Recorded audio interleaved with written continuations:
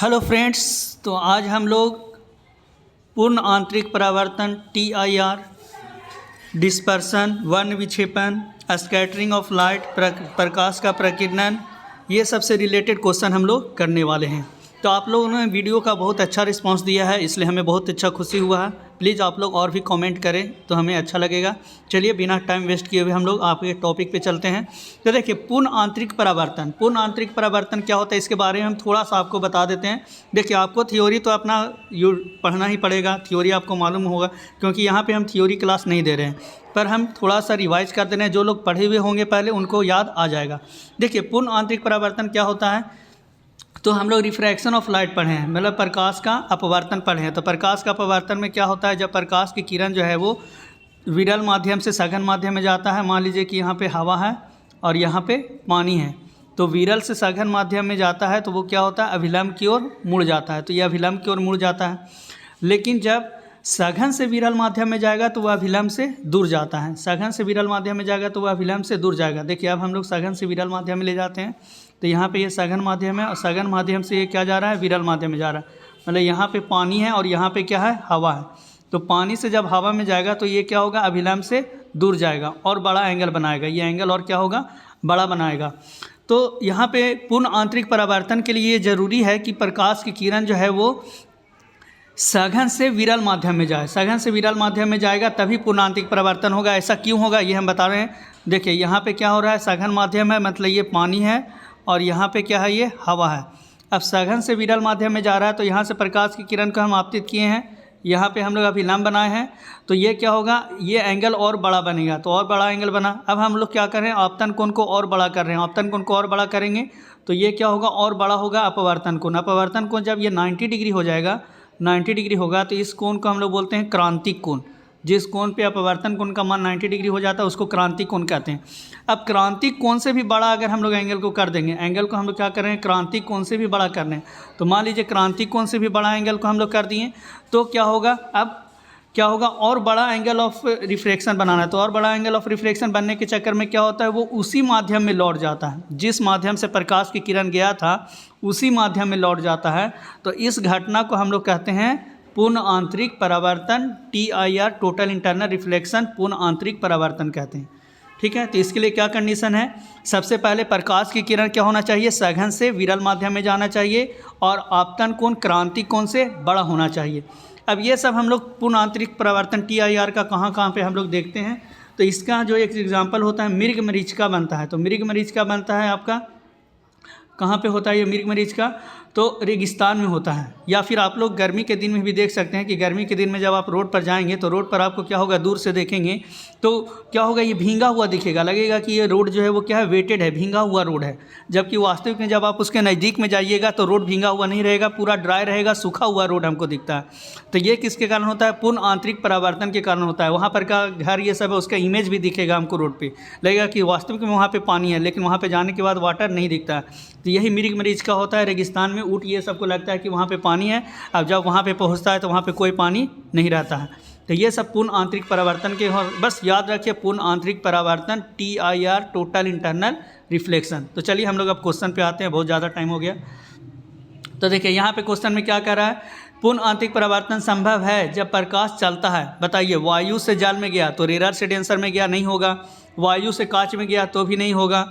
फिर क्या कह रहा है, जल से कांच में गया तो ये भी नहीं होगा। हाँ, कांच से जल में गया तो कांच क्या है, डेंसर है, और ये जल क्या है, रेयर है। तो यहाँ पे क्या हो रहा है, रेयर से डेंसर में जा रहा है तो पूर्ण आंतरिक परावर्तन होगा। तो इसलिए क्या हो रहा है, डी ऑप्शन यहाँ पे करेक्ट है। तो यहाँ पे डी ऑप्शन आपका करेक्ट हुआ, क्योंकि प्रकाश की किरण को क्या होना चाहिए, रेयर से डेंसर मीडियम में जाना चाहिए, सॉरी डेंसर से रेयर मीडियम में जाना चाहिए। तो डेंसर मीडियम यहाँ पे क्या है, कांच है, और रेयर मीडियम क्या है, जल है।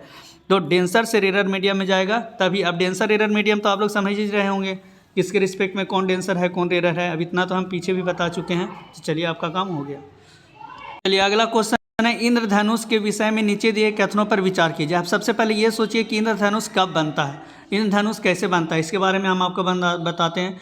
तो इंद्रधनुष किस तरह से बनता है, तो जब क्या होता है, बारिश होता है, वर्षा होता है, उसके बाद ही इंद्रधनुष बनता है। और ये चीज़ देखिएगा कि जब भी इंद्रधनुष बनता है तो सुबह या शाम में बनता है, दोपहर के टाइम में कभी भी इंद्रधनुष का निर्माण नहीं होता है। तो इंद्रधनुष जो बनता है वो वर्षा के बाद बनता है, और जिधर सूर्य होता है उसके अपोजिट साइड में बनता है।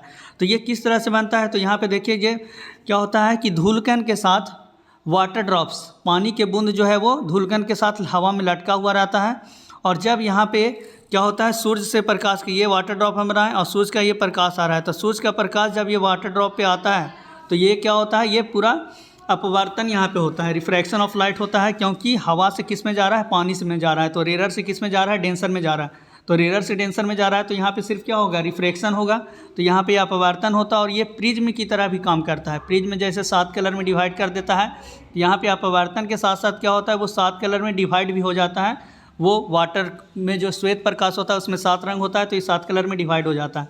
और यहाँ पे देखिए अब यहाँ पे क्या होता है, अब यहाँ पे जो है वो वाटर से किस में जा रहा है, वाटर से किस में जाना है, एयर में, तो वाटर से एयर में जाना है, तो यहाँ पे क्या जा रहा है, रेयर से डेंसर मीडियम में जा रहा है। तो अब यहाँ पे रेयर से डेंसर मीडियम में उसको जाना है, तो रेयर से डेंसर मीडियम में जब जाना रहता है तो रेयर से डेंसर मीडियम में जा रहा है, तो यहाँ पे क्या हो रहा है, पूर्ण आंतरिक परावर्तन हो जाता है। सॉरी, डेंसर से रेयर मीडियम में जा रहा है, वाटर से किस में जा रहा है, एयर में, वाटर से एयर में जा रहा है, तो डेंसर से रेयर मीडियम में जा रहा है, तो यहाँ पे क्या हो रहा है, पूर्ण आंतरिक परावर्तन होता है, टोटल इंटरनल रिफ्लेक्शन होता है, तो यहाँ से ये टोटल इंटरनल रिफ्लेक्शन होता है, और फिर यहाँ पे फिर ये रिफ्रैक्शन होता है, फिर ये रिफ्रैक्शन होता है, और यहाँ पर जो आदमी होता है इसको क्या होता है, रेनबो, इसके अपोजिट साइड में यहाँ पे रेनबो दिखाई देता है, यहाँ पे क्या होता है, अपोजिट साइड में ये रेनबो दिखाई देता है। तो ये यहाँ पे क्या हुआ, यहाँ पे सिर्फ अपवर्तन हुआ, यहाँ पे अपवर्तन और TIR टोटल इंटरनल रिफ्लेक्शन दोनों हुआ, यहाँ पे डिस्पर्सन भी हुआ, यहाँ पे डिस्पर्सन हुआ, यहाँ पे TIR हुआ, फिर यहाँ पे रिफ्रैक्शन हुआ, तब जा कर के हमको क्या हुआ, वहाँ पे इंद्रधनुष बना। तो चलिए हम लोग ऑप्शन को पढ़ते हैं अब। तो ऑप्शन में क्या क्या कह रहा है, पहला कह रहा है यह सम्मान वर्षा के पश्चात दृष्टिगोचर होता है, हाँ सही है। इंद्रधनुष के समय सूर्य आकाश में ऊंचाई पर होता है, नहीं, सूर्य ऊंचाई पर नहीं होता है, दूर पे होता है। इंद्रधनुष का प्रेक्षण करने के लिए प्रेक्षण की पीठ सूर्य की ओर होनी चाहिए, प्रेक्षण की पीठ सूर्य की ओर होनी चाहिए, हाँ प्रेक्षण की पीठ सूर्य की ओर होनी चाहिए, तभी वो क्या होगा, उल्टा वो देख पाएगा, तो पीठ सूर्य की ओर होनी चाहिए। फिर क्या कह रहा है, इन धनुष के निर्माण में जल के सूक्ष्म बूंद प्रिज्म की भांति कार्य करता है, बहुत अच्छा कार्य करता है। इसका मतलब यहाँ पे चौथा ऑप्शन भी होगा, सिर्फ सेकंड नंबर ऑप्शन नहीं था, सेकंड नंबर ऑप्शन नहीं था यहाँ पे, क्योंकि सेकंड नंबर ऑप्शन में क्या कह रहा था, इन धनुष के समय सूर्य आकाश में ऊंचाई पर होता है, तो ये गलत है, दोपहर के समय नहीं बनता, ऊंचाई पर कब रहता है, जब दोपहर में रहता है, इसलिए यहाँ पे करेक्ट आंसर कौन होगा, बी ऑप्शन सही है, 1, 3 और 4। तो बहुत अच्छा ये क्वेश्चन है आपका, 1, 3 और 4। तो थोड़ा टाइम लग रहा है क्योंकि इसमें हमको समझाना पड़ रहा है, इसलिए टाइम लग रहा है, और जो लोग जानते हैं ये सब को तो वो अपना वीडियो को बढ़ा करके देख ले लीजिएगा, लेकिन जो लोग नहीं जानते उनके लिए हमको थोड़ा सा टाइम देना पड़ रहा है। चलिए अगला क्वेश्चन क्या कह रहा है कि मरुस्थल में मरीचिका की घटना का कारण होता है। मरीचिका क्या होता है कि रेगिस्तान में जब क्या होता है, दूर से हम लोग देखेंगे तो वहाँ पे पानी दिखेगा, और पानी के साथ साथ वहाँ पे क्या होगा, वहाँ पर जो ताड़ ये का पेड़ जो रहता है, मतलब वहाँ पर क्या होता है, झाड़ी ये सब रहता है, तो झाड़ी ये सब क्या होता है, उसका उल्टा इमेज हमको दिखता है, ऐसा लगता है कि जैसे वास्तविक में वहाँ पर क्या है, पानी है, लेकिन वहाँ पे नज़दीक जाने पे वहाँ पे कोई वाटर हमको नहीं दिखता है, तो इसको मृग मरीचिका बोलते हैं। तो इसका क्या होता है, प्रकाश का पूर्णांतरिक परावर्तन के कारण होता है, तो डी नंबर ऑप्शन यहाँ पे करेक्ट हुआ। ये देखिए अगला क्वेश्चन क्या कह रहा है, प्राथमिक इंद्रधनुष की रचना वर्षा के पश्चात दिखाई देती है, क्योंकि वर्षा के पश्चात हम लोग को इंद्रधनुष दिखाई देता है, क्योंकि तो क्या होता है, पूर्ण आंतरिक परावर्तन, जहाँ कहाँ दिख रहा है ऑप्शन में आपका, तो बी नंबर ऑप्शन में दिख रहा है पूर्ण आंतरिक परावर्तन। तो बस सीधा आंसर हो गया, जहाँ इंद्रधनुष ये सब आया तो पूर्ण आंतरिक परावर्तन, TIR। अब देखिए सेम क्वेश्चन फिर यहाँ यूपी टेट में पूछा है 2016 में, पूर्ण आंतरिक परावर्तन संभव है जब प्रकाश चलता है। तो ये क्वेश्चन तो हम लोग कर चुके हैं, सेम क्वेश्चन रिपीट हुआ है। तो वहाँ पे क्या होता है, डेंसर से रेयर मीडियम है, तो डेंसर से रेयर मीडियम कौन है यहाँ पे, आप लोग बताइए, आप लोग पढ़ चुके हैं तो आप लोग कौन सा आंसर होगा, तो यहाँ पर डी नंबर ऑप्शन है, कांच से जल में, तो ये डी नंबर ऑप्शन यहाँ पर करेक्ट हुआ। ये देखिए अगला क्वेश्चन भी इंद्रधनुष से है, लेकिन ये बहुत थोड़ा सा टफ क्वेश्चन है, मतलब इस तरह के क्वेश्चन को आप एग्ज़ाम में छोड़ ही दीजिए तो ज़्यादा अच्छा रहेगा, टाइम वेस्ट करने से कोई फ़ायदा नहीं है, क्योंकि ये सीटेट 2022 का पूछा हुआ क्वेश्चन है, थोड़ा सा टाइम टेकिंग ये क्वेश्चन है, इसलिए इस तरह का क्वेश्चन जहाँ आपको आए कि बहुत ज़्यादा ही ऑप्शन दे रहा है, 4 चीज़ सोचना पड़ रहा है, तो आप उस क्वेश्चन को छोड़ करके दूसरे क्वेश्चन पे जाइए, और लास्ट में अगर टाइम बचता है तो बनाइए, कितना भी आपको कॉन्फिडेंस है फिर भी ये सारे क्वेश्चन को टच मत कीजिए एग्जाम में, लास्ट टाइम में टाइम मिले तो टच कीजिए, नहीं तो इसके कारण आपका 4 क्वेश्चन छूट सकता है। तो चलिए हम लोग फिर भी बताते हैं इस क्वेश्चन को क्या कह रहा है, नीचे दिए गए अनुच्छेद में इंद्रधनुष के बनने की प्रक्रिया का वर्णन करता है, ABCDE की पहचान कीजिए। सूरज का प्रकाश जब पानी की छोटे छोटे बूंदों पर पड़ता है तो कुछ किरणें दोनों माध्यमों के बीच की सतह पर हो जाती है। अब देखिए यहाँ पे क्या होता है कि हवा से किस में जाता है, पानी के बूंद में प्रकाश की किरण जाता है, तो ये दोनों माध्यम का जो सतह है उस पर क्या होगा, तो उस पर क्या होगा यहाँ पर, तो ऑप्शन यहाँ पे देख रहे हैं ए में, तो ए में क्या कह रहा है अपवर्तन, तो चारों ऑप्शन में क्या कह रहा है अपवर्तन, तो इससे आइडिया मिल रहा है कि हाँ ए पर क्या होगा, अपवर्तन होगा। तो ए की सतह पर क्या होता है, अपवर्तन हो जाता है। हम बताए थे कि ये कैसे बनता है, तो यहाँ पे क्या होता है, प्रकाश की किरण आता है, यहाँ पे अपवर्तन होता है और 7 रंगों में डिवाइड हो जाता है, फिर यहाँ पे पूर्ण आंतरिक परावर्तन होता है, TIR होता है, तो इंद्रधनुष का निर्माण होता है। तो वही इस प्रक्रिया को बता रहा है, ठीक है। और संगठक रंगों में बढ़ जाती है, बी रंग सबसे अधिक विचलित होता है। अब देखिए यहाँ पे बी रंग सबसे अधिक विचलित होता है, तो हम लोग प्रिज्म में अब जाना पड़ेगा। तो प्रिज्म में हम लोग डिस्पर्सन ऑफ लाइट पढ़े हैं, तो वहाँ पे हम लोग को सोचना पड़ेगा। तो डिस्पर्सन ऑफ लाइट में क्या होता है, जब श्वेत प्रकाश को प्रिज्म से गुजारा जाता है तो वो 7 रंगों में विभाजित हो जाता है। नीचे में वायलेट होता है, ऊपर में क्या होता है, रेड होता है। तो वेवग्योर होता है, VIBGYOR, आप लोग जानते होंगे वेवग्योर। तो यहाँ पे सबसे ज़्यादा विचलन किसना होता है, तो सबसे ज़्यादा विचलन होता है वायलेट कलर का। तो बैगनी कलर का विचलन यहाँ पे सबसे ज़्यादा होगा, तो यहाँ पे आंसर क्या होगा, बैगनी। तो ऑप्शन ए दिख रहा है और बी दिख रहा है, 2 ऑप्शन में बैगनी कलर दिख रहा है। उसके बाद फिर क्या कर रहा है, उसका वेग सी होता है। अब सी होता है तो सी का मतलब क्या होगा, ये ऑप्शन से पता चलेगा। तो सी का मतलब क्या है, न्यूनतम या अधिकतम। तो क्या होगा, बैगनी जो कलर है जिसका वेवलेंथ ज़्यादा है उसका वेग ज़्यादा होगा या फिर कम होगा। तो हम लोग वेग का बात कर रहे हैं, तो यहाँ पे क्या होता है, V = n लैम्डा। अब यहाँ पे V = n लैम्डा होता है, तो यहाँ पे क्या होता है कि वेवलेंथ इसका क्या होता है, बैगनी का सबसे कम होता है। तो वेवलेंथ का बैगनी का कम होता है, तो इसका जो वेग होगा वो वेग भी क्या होगा, कम होगा। जब वेवलेंथ कम है तो वेग भी क्या होगा, कम होगा। तो यहाँ पे क्या होगा, न्यूनतम। तो सी में न्यूनतम। तो यहाँ पे क्या हो गया, यही 3 ऑप्शन से तो हमको ये ए ऑप्शन क्लियर हो गया, अपवर्तन, बैगनी और न्यूनतम। ये कहीं पे नहीं है अपवर्तन, बैगनी और न्यूनतम, इसलिए ए ऑप्शन की यहाँ पे क्या हो गया, क्लियर हो गया। आगे हम लोग पढ़ते हैं, जबकि रंग डी सबसे कम विचलित होता है। सबसे कम विचलित कौन होता है, लाल रंग। तो यहाँ पे लाल भी हमको दिख रहा है, और उनकी आवृत्ति ई होती है। तो यहाँ पे क्या हो गया, न्यूनतम आवृत्ति इसका क्या होती है, न्यूनतम होती है, ठीक है। तो यहाँ पे क्या होगा, थोड़ा सा टफ क्वेश्चन था आपका ये, तो ए ऑप्शन यह हो गया क्लियर। चलिए ठीक है, थैंक यू। तो अगला क्वेश्चन फिर क्या है, प्रिज्म से गुजरने पर श्वेत प्रकाश के किस किरण में अधिकतम विचलन होता है। तो अभी हम बताए थे डिस्पर्सन ऑफ लाइट। तो डिस्पर्सन ऑफ लाइट होता है प्रिज्म में पूर्ण विक्षेपण होता है। तो जब यहाँ पे श्वेत प्रकाश को ले जाते हैं तो यहाँ पे ये 7 रंगों में विभाजित हो जाता है। तो यहाँ पे क्या होता है, वायलेट, यहाँ पे क्या होता है, रेड। तो सबसे ज़्यादा विचलन किसका होता है, तो सबसे ज़्यादा होता है बैगनी कलर का, ठीक है। वेवग्योर होता है, VIBGYOR।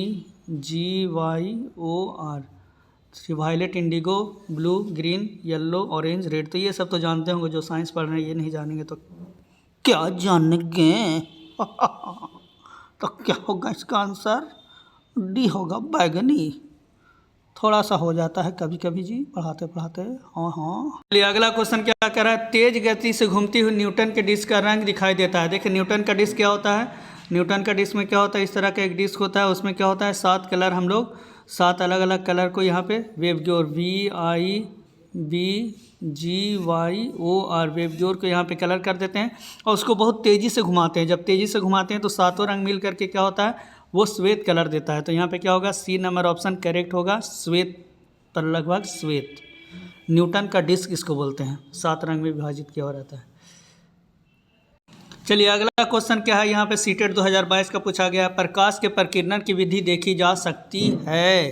प्रकाश का प्रकीर्णन होता क्या है, तो जब प्रकाश की किरण सूक्ष्म कणों से, वायुमंडल के सूक्ष्म कणों से टकराती है तो वो फैल जाती है। अच्छी आती है प्रकाश की किरण, यहाँ पे कोई सूक्ष्म कण आ गया, इससे टकरा करके वो चारों दिशाओं में फैल जाती है या विसरित हो जाती है। इस घटना को हम लोग क्या कहते हैं, प्रकाश का प्रकीर्णन, स्कैटरिंग ऑफ लाइट। ये गलत दिया है जी, इंग्लिश प्रोसेस ऑफ डिस्पर्सन लिखता है। पागल है, कार्य तुम, डिस्पर्सन होता है प्रकीर्णन का इंग्लिश, पागल है तुम, हट।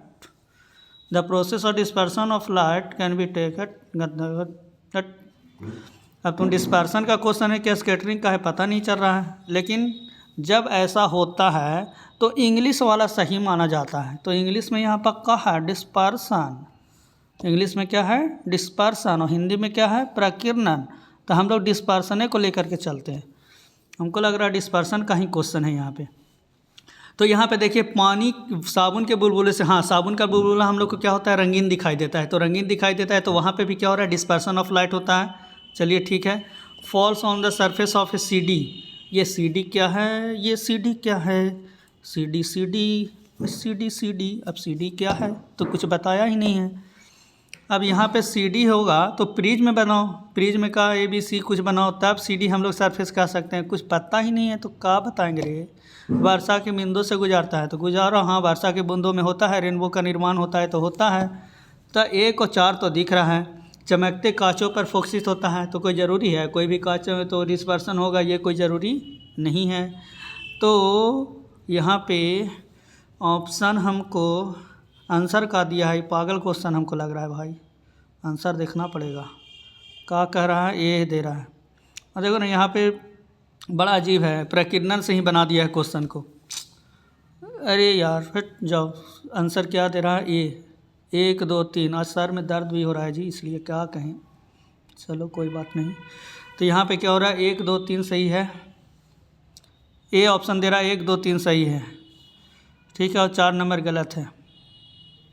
चलिए, तो साबुन के बुलबुले से डिस्पर्सन होता है, सीढ़ी से होता है, वर्षा के बूंदों से डिस्पर्सन होता है, तो मान लीजिए होता है। चलिए ठीक है।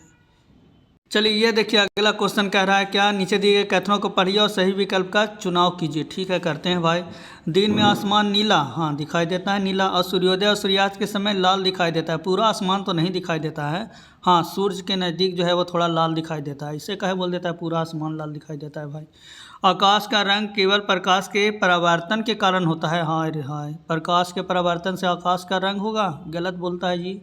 प्रकाश का प्रकीर्णन के कारण भले आकाश का रंग नीला दिखाई देता है, ये होता है, ठीक है, तो ये गलत है। प्रकाश के प्रकीर्णन के कारण आकाश का रंग क्या होता है, नीला दिखाई देता है। देखिए प्रकीर्णन वाला क्वेश्चन आगे आता है तो हम प्रकीर्णन को बहुत अच्छे से और बताते हैं। यहाँ पे क्वेश्चन अभी आ नहीं रहा है उस तरह का। तो दिन में सूर्य क्या होता है, लाल दिखाई देता है, इसलिए ये तो सही है, पर और क्या है, गलत है। यहाँ प्रकाश के परावर्तन के कारण नहीं होता है आकाश का रंग, वो क्या होता है, प्रकीर्णन के कारण होता है।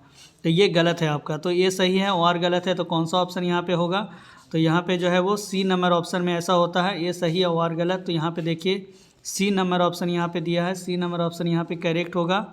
ये तो सही है परंतु आर क्या है, गलत है। चलिए अगला क्वेश्चन क्या कह रहा है, किसी बीम से प्रकाश की किरणें किसी पृष्ठ पर गिरती है तथा पूर्णतः विस्तृत ढंग से परावर्तित हो जाती है। आप इस बीम से प्रतिबिंब की प्रकृति के बारे में क्या कहेंगे, या आभासी और आवर्धित होगा, कोई बीम नहीं बनेगा, या आभासी और समान साइज का होगा, या वास्तविक और आवर्धित होगा। अब क्या होगा, वो उत्तल दर्पण है, अवतल दर्पण है, लेंस है, क्या है, कुछ बताया ही नहीं है, बस कह रहा है कि टकरा रहा है और पूरी तरह से वो क्या हो रहा है, फैल हो रहा है, फैल जा रहा है, विस्तृत हो जा रहा है। तो जब किसी चीज़ से टकरा करके वो विस्तृत हो जा रहा है, मतलब यहाँ से ये प्रकाश की किरण आया, इससे टकराया और टकरा करके पूरा फैल गया। अब ये फैल गया तो ये प्रकाश की किरण एक दूसरे को तो काटेगा नहीं, ये इधर जा रहा है, इधर जा रहा है, ये इधर जा रहा है, तो एक दूसरे को नहीं काटेगा, और जब एक दूसरे को नहीं काटेगा तो प्रतिबिंब नहीं बनेगा। इसलिए क्या होगा, बी ऑप्शन होगा, कोई प्रतिबिंब नहीं बनेगा। यही आंसर भी दिया है आपका, तो बी नंबर ऑप्शन होगा। सीटेट 2021 का पूछा हुआ क्वेश्चन है। तो ये सब कुछ अटपटांग क्वेश्चन पूछ देता है कभी कभी, क्या कीजिएगा। दुखवा बाटे के तो ना है, हमरो दुखवा ही है, बताइए। ऐसा उटपटांग क्वेश्चन हम लोग पढ़े, कुछ क्वेश्चन कुछ हजो कुछ हजो कुछ हजो कुछ। चलिए अगला क्वेश्चन क्या कर रहा है, स्वच्छ आकाश नीला दिखाई देता है क्यों। तो इसका कारण क्या होता है, प्रकाश के प्रकीर्णन के कारण ऐसा होता है कि स्वच्छ आकाश क्या होता है, नीला दिखाई देता है। चलिए अब हम प्रकीर्णन के बारे में आपको कुछ बताते हैं ताकि आप इससे कोई भी क्वेश्चन और आए तो आप बना सके। देखिए प्रकाश का प्रकीर्णन का डिफिनेशन तो हम दे दिए थे कि जब प्रकाश की किरण आता है तो किसी सूक्ष्म कण से टकराता है तो ये फैल जाता है, इस घटना को हम लोग प्रकाश का प्रकीर्णन कहते हैं। अब प्रकाश का प्रकीर्णन जो है इन्वर्सली प्रोपोर्शनल होता है लैम्डा पे पावर 4। ये चीज़ आप लोग जरूर ध्यान रखिए, हो सकता है पूछ दे। 1 लैम्डा पे पावर 4 का क्या होता है, पर ये इन्वर्सली प्रोपोर्शनल होता है। और लैम्डा पे पावर 4 मतलब कि जिसका वेवलेंथ ज़्यादा होगा, जिसका वेवलेंथ ज़्यादा होगा उसका प्रकीर्णन कम होगा, जिसका वेवलेंथ ज़्यादा होगा उसका प्रकीर्णन कम होगा, जिसका वेवलेंथ कम होगा उसका प्रकीर्णन ज़्यादा होगा। तो हम लोग क्या जानते हैं, वेवग्योर होता है। तो वेवग्योर होता है VIVGYOR। तो इसमें क्या होता है, रेड का तरंग दैर्घ्य ज़्यादा होता है और वायलेट का तरंग दैर्घ्य कम होता है। तो जिसका तरंग दैर्घ्य कम है उसका प्रकीर्णन ज़्यादा होगा, क्योंकि लैम्डा पे पावर 4 है तो इसका प्रकीर्णन क्या होगा, ज़्यादा होगा, और रेड का प्रकीर्णन कम होगा। तो क्या होता है, सूर्य से आने वाला प्रकाश जब वायुमंडल से गुजारता है तो श्वेत प्रकाश का blue colour, violet colour, indigo colour, ये सब जो तीनों होता है जिसका वेवलेंथ कम होता है, ये तीनों का प्रकीर्णन बहुत ज़्यादा होता है और रेड का प्रकीर्णन कम होता है। ये इसका प्रकीर्णन ज़्यादा होने के कारण हमको क्या होता है, आकाश का रंग नीला दिखाई देता है। तो बी नंबर ऑप्शन यहाँ पे सही, प्रकाश के प्रकीर्णन के कारण नीला दिखाई देता है। चलिए ये हो गया। अब देखिए अब क्वेश्चन होता है सूर्योदय और सूर्यास्त के समय सूर्य लाल दिखाई देता है। तो क्या होता है, सूर्योदय और सूर्यास्त के समय क्या होता है कि सूर्य से जो ये वाली प्रकाश है वो पृथ्वी पर ज़्यादा दूरी तय करती है। ज़्यादा दूरी तय करती है तो क्या होता है, यहाँ पे नीला रंग का जो है प्रकीर्णन ज़्यादा हो जाता है, नीला रंग प्रकीर्णन हो करके आ जाता है और रेड कलर का प्रकीर्णन कम होता है। तो ये प्रकीर्णन कम होगा, जो चीज़ कम फैलेगा वो क्या होगा, ज़्यादा दूरी तय करेगा। जैसे लेज़र लाइट होता है वो कम फैलता है तो ज़्यादा दूरी तय करता है। तो यहाँ पे क्या होगा, रेड लाइट कम फैलेगा तो ये हमारे आँख तक रेड लाइट पहुँच जाता है ज़्यादा दूरी तय करने के कारण, इसलिए क्या होता है हमको लाल दिखाई देता है। वही दोपहर के समय में क्या होता है, तो दोपहर में क्या होता है, डिस्टेंस कम होता है तो प्रकीर्णन ज़्यादा नहीं हो पाता है, इसलिए हमको वो श्वेत दिखाई देता है। तो सब प्रकीर्णन है। खतरा का निशान जो होता है लाल कलर का क्यों होता है, क्योंकि प्रकीर्णन रेड कलर का कम होता है, इसलिए हमको क्या होता है वो दूर से दिख जाएगा, इसलिए वो क्या होता है, खतरे का निशान लाल कलर का होता है। तो जिसका वेवलेंथ कम उसका प्रकीर्णन ज़्यादा और जिसका वेवलेंथ ज़्यादा उसका प्रकीर्णन कम, तो रेड का प्रकीर्णन कम होता है। तो बी नंबर ऑप्शन यहाँ पे करेक्ट हो गया।